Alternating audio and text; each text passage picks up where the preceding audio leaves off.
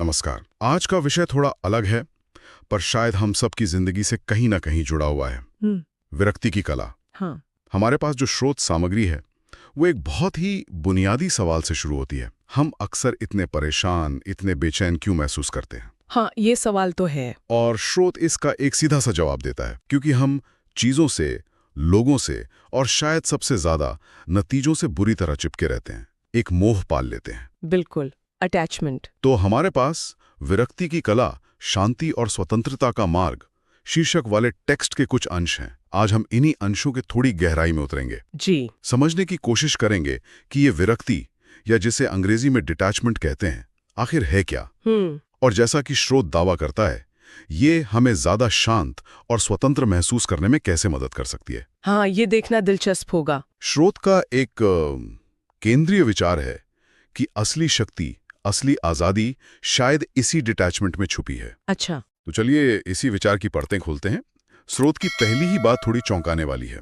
वो कहता है, डिटैचमेंट का मतलब भागना नहीं है। हाँ, ये बहुत जरूरी पॉइंट है। अक्सर हम सोचते हैं कि डिटैच होने का मतलब है सब कुछ छोड़ देना, मतलब एकदम उदासीन हो जाना। जी, यही आम धारणा है। तो फिर स्रोत के हिसाब से इसका असली मतलब क्या है? ये एक बहुत महत्वपूर्ण बिंदु है जिससे स्रोत अपनी बात शुरू करता है।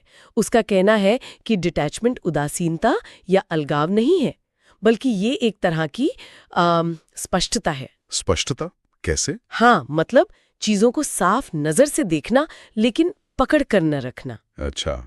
इसका मतलब है कि आप जीवन में पूरी तरह शामिल हैं, आप चीजों को महसूस करते हैं, लोगों से जुड़ते हैं। लेकिन आप उनसे इस तरह नहीं चिपकते कि आपकी शांति या आपका संतुलन ही उन पर निर्भर हो जाए। यानी अपनी शांति अपने हाथ में रखना। बिल्कुल।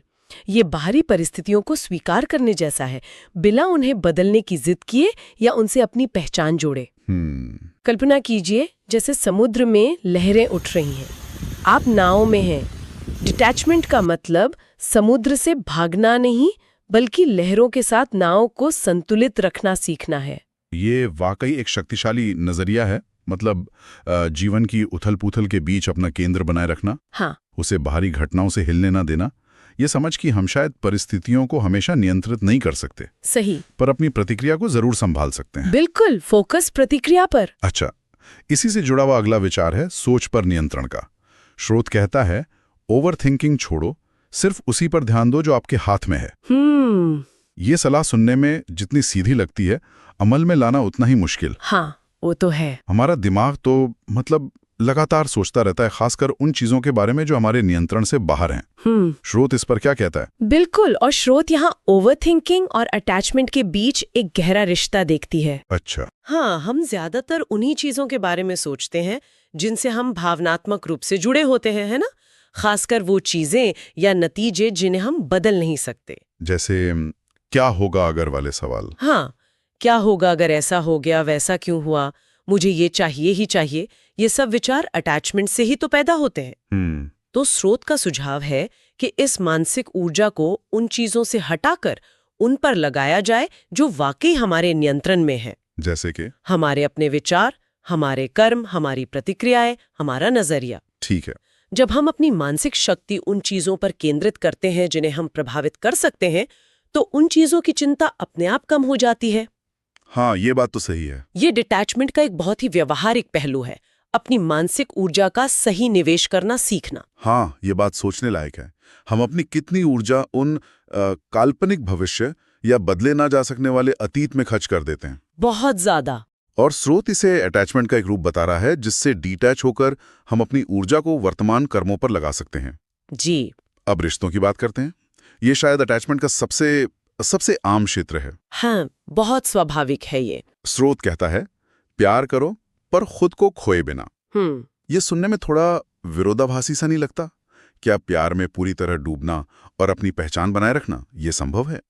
ये सवाल बहुत लोग पूछते हैं। स्रोत यहाँ एक बहुत नाजुक संतुलन की बात कर रहा है। संतुलन? हाँ, डिटैचमेंट का मतलब प्यार या परवाह की कमी नहीं है, बिल्कुल नहीं। तो फिर? बल्कि ये रिश्तों में एक स्वस्थ स्पेस बनाए रखने की बात है, जहां आप दूसरे व्यक्ति से गहराई से जुड़ते हैं, लेकिन आपकी अपनी पहचान, आपकी भावनात्मक स्वतंत्रता और आपकी खुशी वो पूरी तरह से उस रिश्ते पर निर्भर नहीं करती। अच्छा, यानी अपनी खुशी की चाबी अपने पास रखना। तो विकास का सम्मान करने में है।